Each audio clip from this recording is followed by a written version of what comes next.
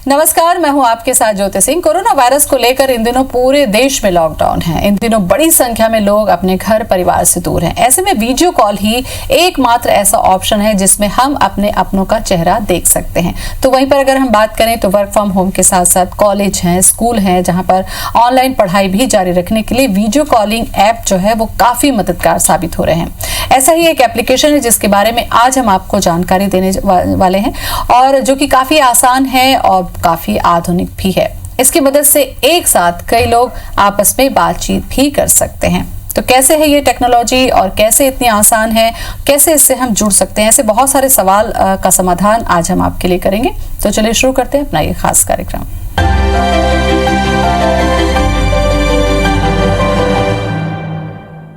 और इस पर चर्चा करने के लिए आज हमारे साथ स्टूडियो में खास मेहमान मौजूद हैं। ऋषभ गोलचा हैं, founder director WES consultancy and services के। सबसे पहले ऋषभ, बहुत बहुत स्वागत है आपका। Thank you. ऋषभ, आज के समय में आप देखिए तो लॉकडाउन जो हुआ उसमें हम दूर हैं अपने अपनों से, तो सबसे पहले ऐसा लगता है ना कि हम अपने अपनों को देख लें। उनको देख लेने से बड़ी संतुष्टि मिलती है। तो ये जो टेक्नोलॉजी है ये कितनी हेल्पफुल समझते हैं आज के समय में कि दूर बैठे लोगों को हम देख सकते हैं, बातचीत कर सकते हैं? कैसे समझते हैं इसको, कैसा मानते हैं? राइट, अभी जो वर्तमान की जो समस्या है, परेशानी है, इसको दूर करने के लिए हमको फिजिकल वर्ल्ड को वर्चुअली कनेक्ट करना ज़रूरी है और इसके लिए डिजिटल सोल्यूशन ही सबसे बेहतर उपाय है। तो करेंटली हम लोग उसमें काम भी कर रहे हैं काफ़ी समय से। जो वर्चुअल क्लासरूम हो गया या वेब कॉन्फ्रेंसिंग हो गया जिससे लोग कनेक्ट हो सकते हैं, वो वर्क फ्रॉम होम कर सकते हैं। इससे ना केवल सोशल डिस्टेंसिंग मेंटेन होगी, इसके अलावा हमारा समय बचता है, हमारे बहुत सारे रिसोर्सेज बचते हैं। बिल्कुल। और ये जो देश में स्थिति है लॉकडाउन की बनी हुई है ऋषभ, इस स्थिति से उबरने के लिए लोगों को क्या कुछ संदेश दें, उसके बाद हम आगे बढ़ें?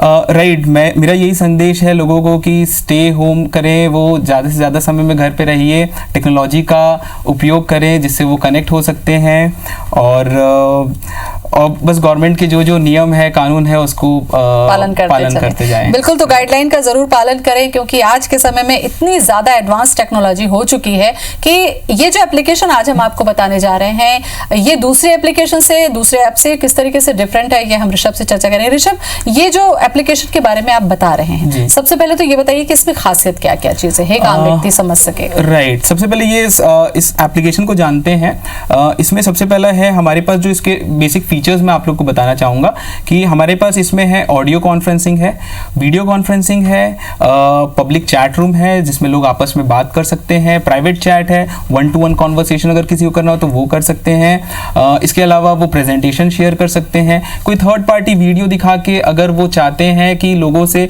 उस मंच में किसी से टिप्पणी लेना है तो वो पोलिंग कर सकते हैं, वहाँ पे सर्वेस कर सकते हैं, अपना इनफैक्ट वो स्क्रीन भी शेयर कर सकते हैं, अपने जो लैपटॉप हो गया या मोबाइल का जो स्क्रीन हो गया वो उसको भी शेयर करके सामने वाले को दिखा सकते हैं। इसके अलावा ये जो सिस्टम है हमारा, जो वर्तमान जो सिस्टम की जिसमें बात कर रहे हैं, अगर आपका कोई पहले से बना हुआ सिस्टम है, जो एग्जिस्टिंग सिस्टम है, उसके साथ भी ये बहुत आसानी से इंटीग्रेट हो जाता है।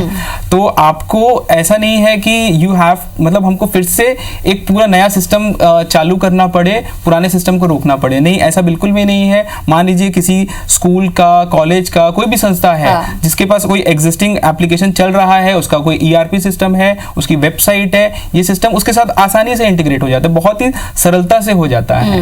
अच्छा ऋषभ, सिक्योरिटी वाला जो पॉइंट होता है, मुझे लगता है जब हम इस तरीके की दुनिया में जुड़ते हैं तो हमें लगता है ना कि हम थोड़े से सिक्योर हो, हमारा जो डाटा है वो सिक्योर हो, प्राइवेसी जो है हमारी वो मेंटेन हो, वो कैसे है इसमें? ये सबसे बड़ा एसेंस जो है ना वो सिक्योरिटी का कंसर्न ही है। अभी जैसे बहुत सारे जो कमर्शियल प्रोडक्ट्स हैं वो आपके पास इंस्टॉल्ड नहीं है, आपके पास सेव नहीं है डेटा ये उनके सिस्टम में सेव है।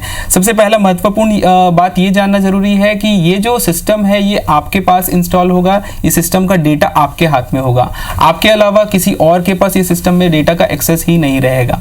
इसके अलावा इसमें यूजर एक्सेस कंट्रोल है जिसमें अलग अलग यूजर्स को अलग अलग कंट्रोल दिया हुआ है। मीटिंग खत्म होने के बाद आप वो मीटिंग को बंद कर सकते हैं। अलग अलग यूजर्स के लिए अलग अलग यूजर पासवर्ड जनरेट होता है। हर यूजर को अपना अपना पासवर्ड से उसकी रोल्स डिफाइन होती है कि उसको क्या क्या रोल्स मिलने मिलना है। अच्छा ऋषभ, हो सकता है हमारा जो कार्यक्रम है एक ऐसा व्यक्ति देख रहा हो जो इसको समझना चाहे, कि हो सकता है वो चाहे कि मैं इसको अपने लैपटॉप पे भी कर लूं या मैं अपने क्या मोबाइल पे कर सकता हूं, क्या इसको मैं बड़े स्तर पर भी यूज कर सकता हूं, तो मुझे लगता है उसकी जो विशेषता है आपको और बतानी चाहिए। राइट, ये जो सिस्टम है ये किसी भी, मतलब सबसे पहली बात ये है ये क्रॉस प्लेटफॉर्म पे भी चल सकता है। ऐसा नहीं है कि आपको लैपटॉप या कोई डेस्कटॉप कंप्यूटर में रहना है, आपके पास टैबलेट है, आपके पास मोबाइल डिवाइस है, तो उससे भी एक्सेस कर सकते हैं। अच्छी बात यह है कि ये सिस्टम में आपको कोई भी इंस्टॉलेशन करने की जरूरत ही नहीं है, कोई बाइनरी इंस्टॉल नहीं करना है आपको। अभी वैसे ही हम लोगों के मोबाइल में इतने सारे एप्लीकेशंस डले हुए हैं, नया एप्लीकेशन डालना कोई चाहता नहीं है, हमारे पास जगह ही नहीं रहती है। राइट, तो ये सिर्फ और सिर्फ एक लिंक रहता है, उसके साथ एक एक्सेस पासवर्ड दे देता है, जिसको कोई भी वहां जाएगा वो लिंक में एंटर करेगा अपना पासवर्ड और उसको एक्सेस हो जाएगा। वो मीटिंग रूम में घुस सकता है, एंटर कर सकता है वहां पे, वेदर इट्स अ मीटिंग या क्लासरूम है। अगर उसको टाइम बेस्ड एक्सेस करना है तो वो टाइम बेस्ड एक्सेस कर सकता है। टाइम बेस्ड एक्सेस यानी कि मान लीजिए किसी मीटिंग को हमको आधे घंटे के लिए चलानी है, तो वो आधे घंटे के लिए वहां पे सब लोग रहेंगे और वो मीटिंग ऑटोमेटिकली ही क्लोज हो जाएगी। अच्छा, ये तो आपने चीजें बहुत सारी खूबियां बताई भी हैं। अगर आज के समय में लॉकडाउन पर हम देखें तो किस किस फील्ड में ये बहुत ज्यादा हेल्पफुल हो सकता है? हाँ, ये वैसे देखे जाए लॉकडाउन पीरियड में तो ये सभी स्तर, सभी क्षेत्रों में लाभदायी हो सकता है। बट कुछ स्तर जो कुछ क्षेत्र जो मैं बताना चाहूँगा, सबसे पहले एजुकेशन सेक्टर में सबसे बड़ा फायदा पहुँच सकता है, जहाँ पे किसी भी स्कूल, यूनिवर्सिटी अपने उनके टीचर्स जो है वो स्टूडेंट्स को एजुकेशन इस माध्यम से दे सकते हैं। उनको सिर्फ एक रूम क्रिएट करना है और वो ये virtually classroom live session connect हो सकते हैं। 150 से अधिक वो एक साथ बैठ सकते हैं, सारे स्टूडेंट्स, सारे टीचर्स आपस में इंटरैक्ट कर सकते हैं। इसके अलावा ये इंडस्ट्रीज, उद्योग में बहुत अच्छा है, जिनको 1-to-1 मीटिंग करना हो, छोटे बड़े सभी स्तर के जो बिजनेसेस हैं वो आपस में बात कर सकते हैं। एक टाइम में कितने जुड़ सकते हैं ऋषभ इसमें? इसमें लिमिटेशन कुछ भी नहीं है जुड़ने की, मगर ये डिपेंड करता है कि आपके सर्वर और आपके बैंडविड्थ के ऊपर कि किस तरह का आपने सर्वर इंफ्रास्ट्रक्चर रखा है। तो अभी जो इसके मिनिमम रिक्वायरमेंट का जो सर्वर है उसमें आप लगभग 150 यूजर्स बहुत आसानी से जुड़ सकते हैं। अच्छा, शहरों में तो हम ये देख रहे हैं कि बहुत आसानी से है। अगर हम गांव को ध्यान में रखते हुए करें, क्योंकि बहुत ज्यादा गांव में भी ये समस्या है, ऑनलाइन जो पढ़ाई है बच्चे उससे महरूम रह रहे हैं, तो ये जो पूरा संपूर्ण सेटअप होगा उसको इंस्टॉल करने की या उससे जुड़ने की जो मुझे लगता है सिस्टमेटिक जो प्रक्रिया होगी नंबर 1 से नंबर 10 तक की, वो मुझे लगता है कि बताइए आप कि वो कैसे जाएं, कैसे शुरू करें, क्या करें? इसमें सबसे पहले इसमें एक एडमिनिस्ट्रेटर रहेगा। एडमिनिस्ट्रेटर जो system administrator is like a manager, वो मैनेजर एक रूम क्रिएट करेगा। जब वो रूम क्रिएट करता है तो उसका एक लिंक जनरेट होता है और उसके साथ साथ वो एक अपना एक्सेस टोकन को आप समझ सकते हैं जैसे कि वो पासवर्ड है, वो 6 डिजिट 8 डिजिट का रह सकता है जैसा अपन चाहें, और ये यूजर का जो लिंक रहेगा और पासवर्ड रहेगा ये वो लोगों को इन्विटेशन दे सकता है। तो जितने भी हितग्राही या यूजर्स होंगे उनको SMS या ईमेल के माध्यम से ये पहुंचाया जाएगा। वो वहां पे वो लिंक को क्लिक करेंगे, अपना पासवर्ड डालेंगे और वो उस मीटिंग में एंटर कर जाएंगे।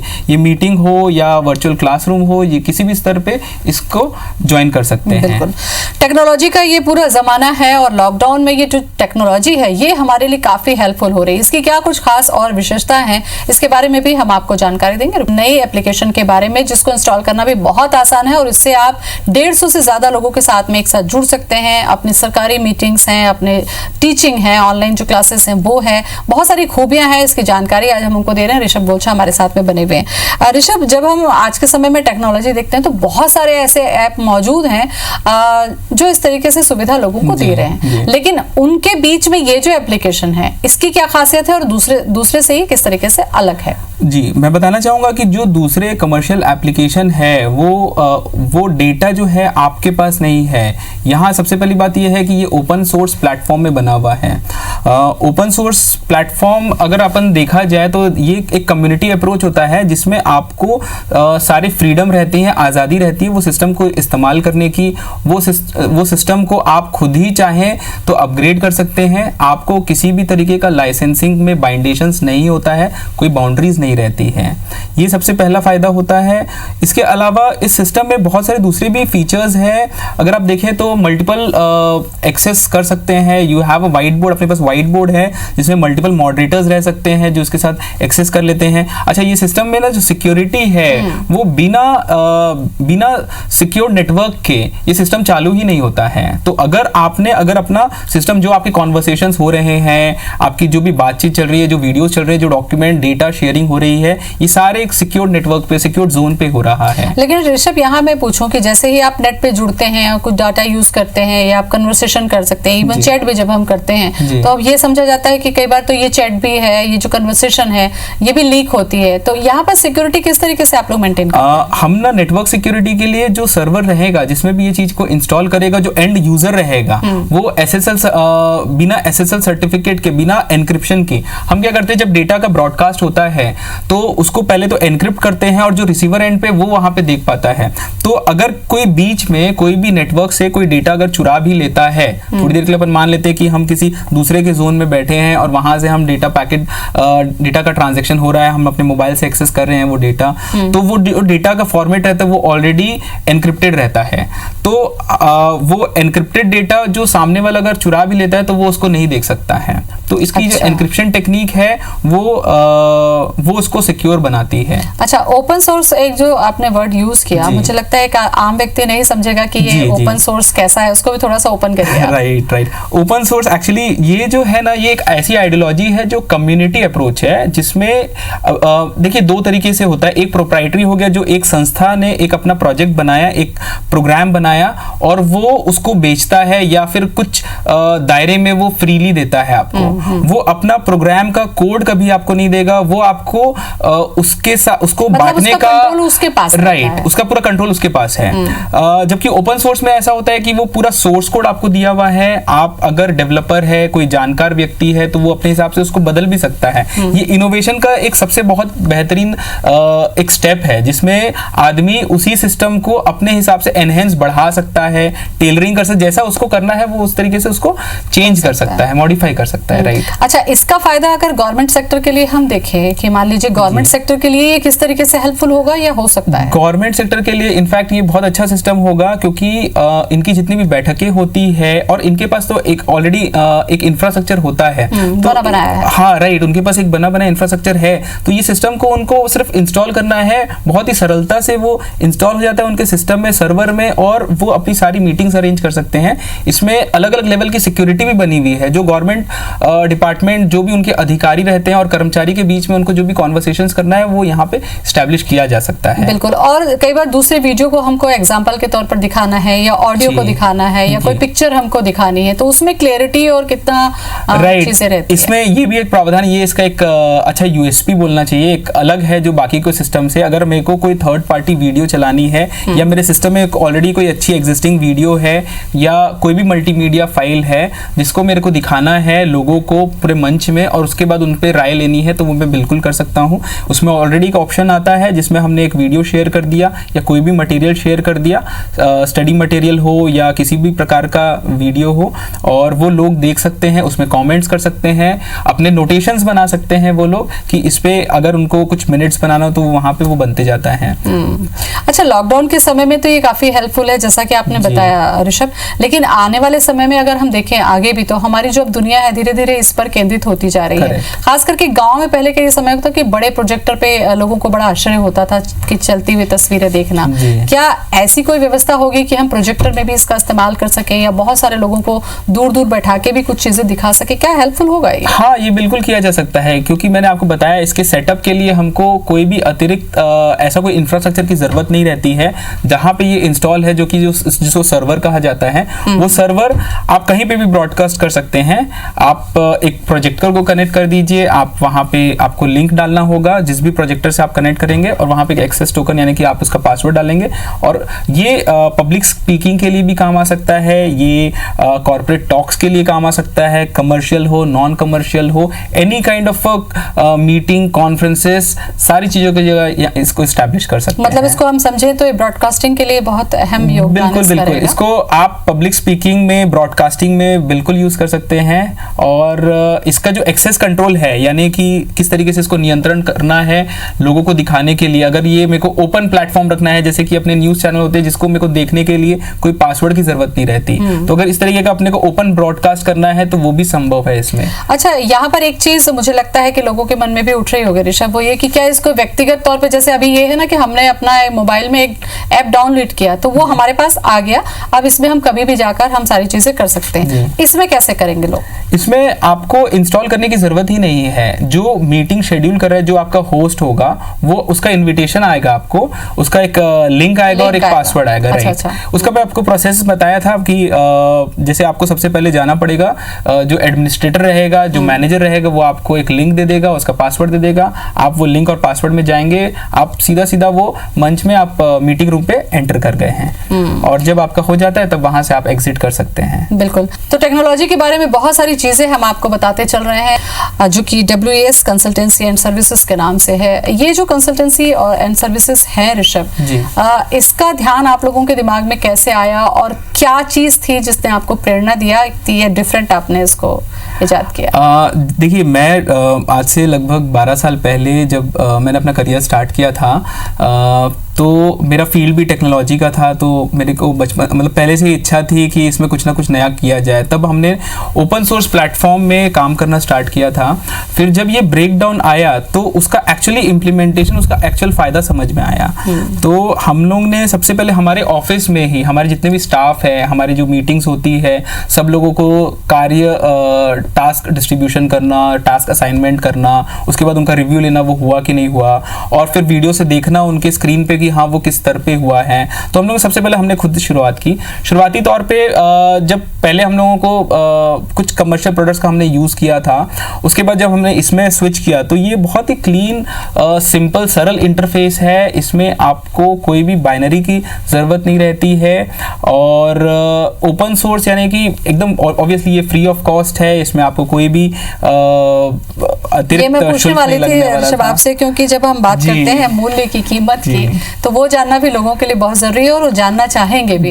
तो मुझे लगता है इसके बारे में थोड़ा सा आप बताइए। हाँ, मैं वो बताना चाहूंगा कि इसमें आपको सबसे अच्छी बात ये है कि क्योंकि जब कोई सिस्टम आता है तो everything comes with a cost. तो एक जो पैसे का जो है, जो हमको एक कंसर्न हो गया है, और आज की डेट में सबसे ज्यादा वही चीज कंसर्न हो गई है, ब्रेकडाउन के बाद सब लोग जान रहे हैं।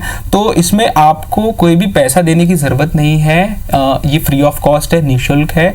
और इनफैक्ट हमारी WES की एक पहल भी है जिसमें हम लोग अभी करेंटली प्रथम स्तर पे हम एजुकेशनल सोसाइटीज को, यूनिवर्सिटीज को, कॉलेजेस को हम इसको निःशुल्क तरीके से उनको सेटअप करके दे रहे हैं, कॉन्फ़िगर करके दे रहे हैं, उनको ट्रेनिंग दे रहे हैं कि किस तरीके से इसका इस्तेमाल करना है, और वो कि ज्यादा से ज्यादा लोग इसके महत्व समझे और इसका लाभ उठा सके। अच्छा, किसी संस्था में पर्टिकुलर करना अगर है ऋषभ, तो कितना वक्त लगेगा या कितना समय इसमें जाएगा? राइट। देखिए, अगर उनका बना इंफ्रास्ट्रक्चर है, मतलब प्रॉपरली सारी चीजें प्लेस्ड है, संस्था अगर पहले से रनिंग है, उनके पास सिस्टम है, सर्वर मशीन्स वगैरह है, तो मुश्किल से इसमें मैं जो समझता हूँ वो आधे से 1 घंटे का सेटअप होगा।